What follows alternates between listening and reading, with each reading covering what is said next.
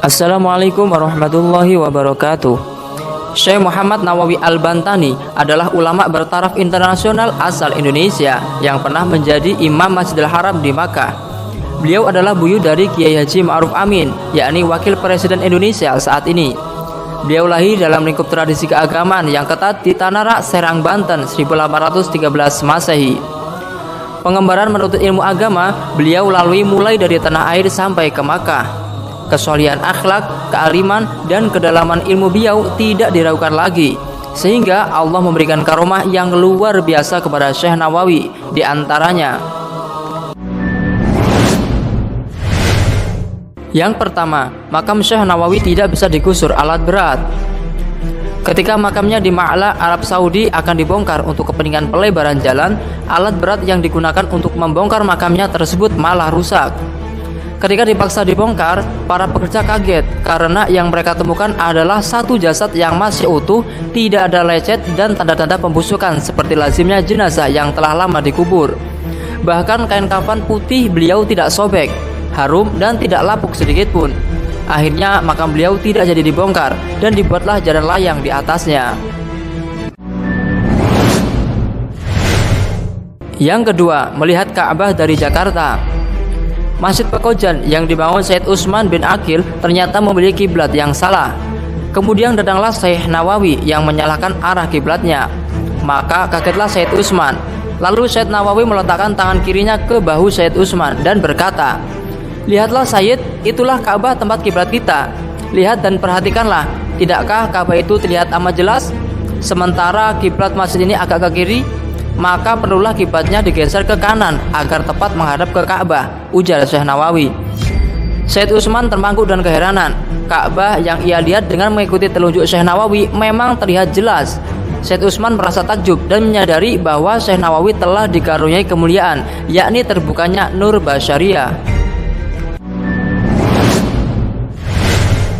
Yang ketiga, tidur di dalam mulut ular raksasa. Pada suatu malam beliau melanjutkan perjalanan ke Makkah. Beliau kelelahan dan mencari sebuah gubuk yang tak berpenghuni.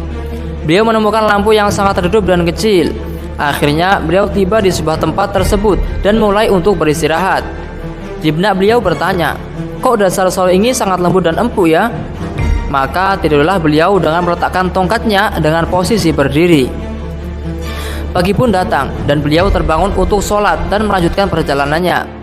Setelah kurang lebih 7 langkah dari tempat beristirahatnya itu, beliau menyentuh darah dari ujung tongkatnya dengan heran. Kemudian beliau menoleh ke belakang dan menemukan ular raksasa yang sedang beranjak pergi. Tanpa disadari, ternyata semalam beliau tidur di lidah seekor ular raksasa besar dan tongkatnya yang berposisi berdiri tersebut merintangi kedua gigi ular itu. Yang keempat, pergi dari Jawa ke Mekah dalam sekejap. Suatu hari, Syekh Nawawi mengadakan pertemuan dengan ulama-ulama Jawa di daerah Batang, Jawa Tengah. Di antaranya Syekh Khalil Darat Semarang, Syekh Khalil Bangkalan, Syekh Anwar Batang, dan Syekh Abdul Karim Kaliwungu.